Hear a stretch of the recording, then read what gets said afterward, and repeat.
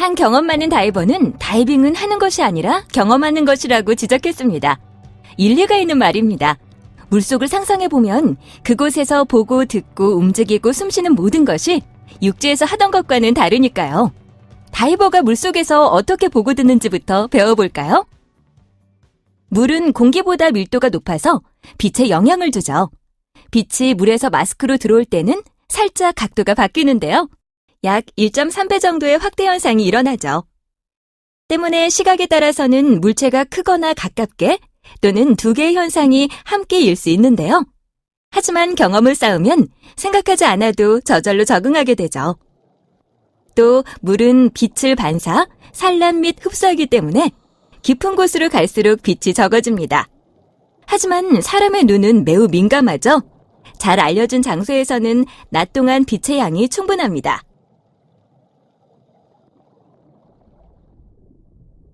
낮에 맑은 물속에서는 빛 손실을 못 느낄 수도 있지만 색 손실은 알아챌 수 있을 겁니다. 물은 빛을 균일하게 흡수하지 않죠. 몇 가지 색을 먼저 흡수합니다. 화면에 나온 것처럼 빨강, 노랑, 초록, 파랑 순서로 손실됩니다. 눈은 색상 변화에 적응하지만 다이빙 라이트로 비춰보면 색이 너무 달라서 깜짝 놀랄 겁니다. 수중 세계는 고요하지 않답니다. 수중 생물들, 보트, 다이버 및 기타 소음이 들릴 겁니다. 소리는 공기보다 물속에서 더 먼 거리를 이동하죠. 수면에서는 멀리 있는 것 같아 들리는 보트 소리도 물속에서는 더 가깝게 들립니다. 또 소리는 물속에서 4배나 빠르게 이동하기 때문에 방향을 알아차리기가 어렵습니다. 보통은 소리가 사방에서 또는 머리 위에서 들리는 것처럼 느껴지죠. 하지만 점점 커지거나 희미해지는 소리를 통해 상대적인 거리 변화를 알아낼 수는 있습니다. 물은 공기보다 밀도가 높기 때문에 공기 중을 이동할 때보다 수중에서 이동할 때 더 큰 힘이 필요합니다. 빠르게 움직일수록 더 많은 에너지가 들어갑니다. 하지만 서두를 필요가 있나요? 급하게 또는 갑자기 빨리 움직이지 않고 천천히 꾸준하게 수영하는 것으로 에너지를 아끼세요. 유선형이 되는 것은 효율적인 수영과 움직임의 중요한 부분이죠. 모든 장비가 고정되고 매달린 것이 없으며 상대적으로 평형 상태로 수영하면 유선형이 된 겁니다. 일장에서 배웠듯이 트림은 물속에서의 균형이죠. 머리와 발이 수영 자세에서 상대적으로 같은 높이가 되도록 평형 상태를 완벽히 갖추세요. 웨이트가 너무 많으면 BCD에 공기를 추가해서 상쇄하세요. 이렇게 하면 상체가 위로 올라가며 발이 내려가죠. 저항력이 늘어나고 에너지를 낭비하게 됩니다. 웨이트가 부족하면 BCD의 공기가 빈 상태가 됩니다. 하지만 수심에 머물기 위해 아래쪽으로 킥을 해야만 할 것입니다. 이렇게 되면 다리 위치가 너무 높아집니다. 웨이트를 올바르게 갖추었지만 몸에서 너무 높거나 낮은 곳에 분포되었을 수도 있습니다. 다이빙 훈련 중에 여러분의 강사가 올바른 웨이트 배치와 트림을 숙달할 수 있게 도와줄 겁니다. 웨이트와 트림이 올바르면 물의 밀도는 우리 편이 되어주죠. 다이빙 중에는 무중력 상태에 가깝게 중성부력을 유지하고 수중 세계를 미끄러지듯 이동하세요. 수면에서는 쉽게 뜰 수 있도록 BCD에 공기를 넣으세요. 부력을 바꿀 수 있으면 다이빙이 특별하고 신나는 경험으로 바뀌죠. 보통 불편할 정도로 춥다면 다이빙을 종료해야 하는데요. 물은 공기보다 20배 빨리 열을 흡수하므로 섭씨 30도, 화씨 86도 정도의 따뜻한 물에서도 금방 추위를 느낄 수 있다는 걸 알아두세요. 편안함을 유지하려면 익스포저 수트를 입으세요. 이건 전신 웨트 수트인데 중간 정도의 냉온수에서 입으면 편안하죠. 이건 열대바다용 짧은 웨트 수트네요. 가장 차가운 물에서는 드라이 수트죠. 익스포저 수트에 대해서는 조금 후에 자세히 배워보겠습니다. 오한이 들면 다이빙이 즐겁지 않으니 다이빙을 중단하고 다음번에는 좀 더 보온이 되는 옷을 입으세요. 사실 아주 따뜻한 물이 아니면 아무리 익스포저 수트를 입어도 열 손실이 일어나죠. 다이빙을 더 오래 하려면 보온이 되는 옷을 더 많이 입어야 하지만 그래도 결국은 추워집니다. 보통은 추위가 심해지면 편안함을 위해 다이빙을 종료하는데요. 다만 통제할 수 없는 오한은 저체온증의 징후임을 알아두세요. 저체온증은 몸이 너무 많은 열을 잃어서 위험해질 수 있는 심각한 상태입니다. 만약 당신이 지속적으로 떨리기 시작한다면 즉시 물에서 나와 몸을 말리고 따뜻한 곳을 찾으세요. 앞에서 다이빙 중에는 천천히 깊고 지속적인 호흡을 해야 한다고 배웠죠? 이렇게 하면 높은 밀도의 공기를 효율적으로 호흡할 수 있고 사공의 영향이 줄어듭니다. 사공은 호흡 경로에 있는 공기이며 폐에 도달하지 않습니다. 매호흡 시 가장 먼저 들이쉬는 공기이며 이산화탄소 비율이 높죠. 다이빙 장비는 사공을 늘리는데요. 느리고 깊은 호흡을 하면 사공의 공기를 들이쉬는 비율이 줄어들어서 좀 더 효율적인 호흡이 가능해집니다. 또 편안하고 머리를 맑게 유지하는 데 도움이 되죠. 기도 조절은 보통 물 빼기 후에 마우스피스에 남아있는 소량의 물을 피해서 호흡하는 방법입니다. 아래를 내려다보면서 천천히 숨을 들이쉬는 게 요령이죠. 물은 공기보다 무거우므로 입과 폐로 공기가 들어가는 동안 마우스피스에 머물러 있습니다. 혀끝을 입천장에 갖다 대면 물을 피하는 데 도움이 됩니다. 호흡을 들이신 다음 숨을 힘차게 내쉬어서 남은 물을 빼내세요. 목에 물이 조금 남아있으면 스노클이나 호흡기를 제자리에 고정한 채로 기침하세요. 과로는 조류에 맞서는 등의 과도한 활동이 길어진 결과인데요. 그래서 호흡이 호흡기의 공기 공급 속도보다 빨라질 수 있습니다. 이러면 무섭기도 하고 패닉 상태가 될 수도 있죠. 징후와 증상에는 피로, 호흡곤란, 숨이 막히거나 공기가 부족한 느낌, 무력함, 불안, 두통, 근육경련 및 패닉 발생 가능성이 있습니다. 천천히 깊은 호흡을 하면 과로 예방에 도움이 됩니다. 호흡이 빨라지기 시작하면 속도를 늦추세요. 과로가 느껴지면 모든 활동을 멈추고 버디에게 신호한 후 휴식을 취하세요. 수면에서는 양성부력을 갖춥니다. 수중에서는 바위나 죽은 산호 같은 것을 붙잡으세요. 호흡이 정상으로 돌아올 때까지 기다렸다가 적절하고 느린 속도로 다이빙을 계속하세요. 만약 상황이 좋지 않다면 다이빙을 중단해야 합니다. 스쿠버 다이빙 중의 목표는 항상 느리고 깊게 지속적으로 호흡하는 것임을 잊지 마세요. 이미 배운 것처럼 버디와 함께 다이빙을 하고 계획을 짜세요. 다이빙 계획은 복잡하거나 기일 필요가 없지만 이를 통해 다이빙을 더욱 즐기고 문제 해결에 대한 대책을 세울 수 있죠.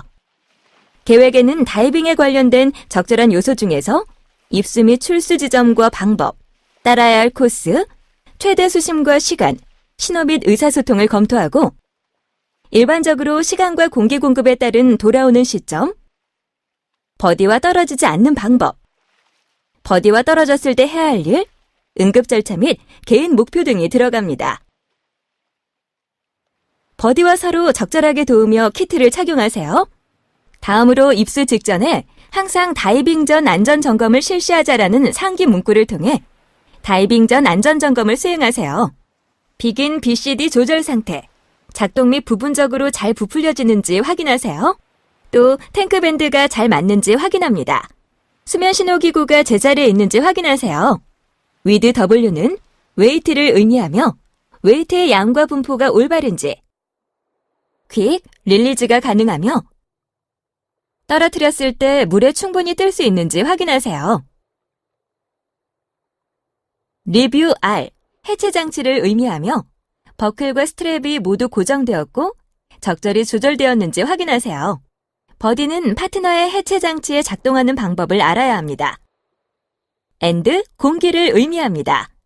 본인의 호흡기와 예비 공기 공급원을 테스트해보세요. SPG를 확인해서 리저브 공기를 포함 다이빙에 충분한 공기가 있는지 확인하세요. 버디는 파트너의 예비 공기 공급원이 어디에 있는지 알아두어야 합니다. 프렌드는 최종 점검을 의미합니다. 스트랩이 풀렸거나 호스가 엉켰거나 다른 문제가 없는지 서로 점검하세요. 다이빙 전 안전점검은 잠깐의 시간을 투자하여 위기 상황과 사고 예방에 도움이 되므로 습관화하세요. 다이빙 중에는 버디와 헤어지지 않도록 하세요. 맑은 물에서는 너무 멀리 떨어져 있더라도 서로 볼 수 있음을 기억하세요. 또 헤어졌을 때 해야 할 일을 정해두세요. 일반적인 절차는 1분 이내로 찾아봐도 없으면 수면에서 합류하는 것인데요. 하지만 상황에 따라서 계획을 달리 세울 필요가 있죠. 3명으로 구성된 팀일 때는 버디 중 1명이 이탈하고 2명이 함께 있을 때 이러한 절차를 따르도록 하세요. 버디 시스템은 여러 다이버가 함께 다이빙 계획 및 안전 점검을 하고 헤어지지 않으며 공기를 관리하는 데 도움이 됩니다. 버디와 가까운 거리를 유지하는 것은 여러분의 책임임을 잊지 마세요. 누구도 대신해주지 않습니다. 공기 공급 관리는 중요한 다이빙 기술 중에 하나입니다. SPG의 사용 방법은 이미 배웠으니 이제 버디와 함께 공기 공급을 관리하는 방법을 알아봅시다. 공기 사용 속도는 사람마다 달라서 버디 중 한 사람은 항상 공기를 가장 빨리 소모하죠. 다이빙 중의 버디는 공기 공급 정보를 공유하는데 이는 계획한 돌아갈 압력, 즉 되돌아갈 시점의 압력에 먼저 도달한 다이버에게 맞춰서 다이빙 방향을 돌리고 되돌아가기 때문입니다. 여러분과 버디가 비슷한 탱크에 200바, 3000psi의 공기를 가득 채워서 보트 다이빙을 한다고 해보죠. 여러분은 50바, 500psi를 리저브 공기로 동요합니다. 또 20바, 300psi로 상승과 안전 정지를 하기로 합니다. 상승을 시작하는 시점에서의 압력은 리저브 압력과 함께 남겨둬야 하죠. 그러니 이 상황에서는 최소 70바, 800psi를 남긴 채 보트 무어링 라인을 따라 상승해야 합니다. 시작 압력에서 70바, 800psi를 빼세요. 즉, 다이빙에 사용할 압력은 130바, 2200psi이며 버디 중 한 사람이 절반인 65바, 1100psi를 사용했을 때 방향을 돌리기로 합니다. 그리고 남은 반을 사용해서 돌아오는 겁니다. 그러므로 돌아갈 압력, 즉 방향을 돌려 돌아가는 시점에 SPG 압력을 구하려면 시작 압력에서 65바, 1100psi를 빼면 됩니다. 이 경우에는 되돌아갈 압력이 135바, 1900psi가 되겠죠? 이렇게 하면 무어링 라인에 돌아와서 리저브 압력으로 수면에 복귀할 수 있겠군요. 보수적으로 계획하면 보통 계획보다 더 많은 공기를 가진 채 상승 지점으로 돌아오게 되는데요. 이럴 때는 가까운 장소를 좀 더 돌아보다가 상승 압력에 도달했을 때 수면으로 올라오면 됩니다. 보수적으로 계획하면 예상치 못한 지연이 발생해도 대체로 공기 공급 한계 이내에서 상승 지점에 도달할 수 있죠. 그렇지 않다면 현재 지점에서 계획대로 상승하고 남은 거리는 수면에서 수영으로 이동하세요. 수중에서 공기가 고갈되지 않도록 하세요. 마지막으로 다양한 공기 공급과 시작 압력에 맞출 수 있도록 최소 공급을 기준으로 공기 관리를 계획하세요. 다이빙 시작 및 종료 시에는 일반적으로 설 수 없는 정도로 깊은 물의 수면에서 시간을 보내게 됩니다. 지금까지 배운 대로 마스크를 쓴 채 스노클이나 호흡기로 호흡하는 습관을 들이세요. 스트레스를 받게 되면 습관대로 하게 되니 이런 습관을 들여놓는 것이 좋죠. 물속에 얼굴을 담근 채로 보거나 호흡할 수 있으면 좀 더 효율적으로 어려움을 예방하고 대처할 수 있습니다. 마스크를 다시 착용해야 한다면 대처 속도가 느려질 수밖에 없죠. 마스크와 마우스피스를 착용하고 있다면 파도 때문에 앞이 안 보이거나 물을 마실 일도 줄어듭니다. 또 마스크를 착용하고 있으면 분실 가능성도 낮아집니다. 필요할 때는 말을 해야 하지만 말을 마치면 마우스피스를 입에 물도록 하세요. 다이빙 시작 시점에서 조금 떨어진 곳에 수면에 있을 때는 스노클을 사용해서 다이빙에 쓸 공기를 아끼세요. 다이빙 종료 시에 탱크 속 공기가 적으면 이동 중에 얼굴을 물에 담근 채로 또는 파도가 치는 상황에서 호흡하기 위해 스노클이 필요하죠.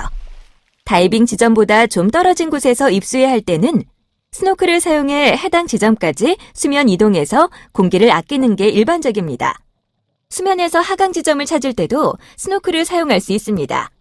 공기 문제로 출수 지점에서 떨어진 곳에서 수면으로 상승을 했다면 수면 수영 외에 다른 선택이 없을 수도 있습니다.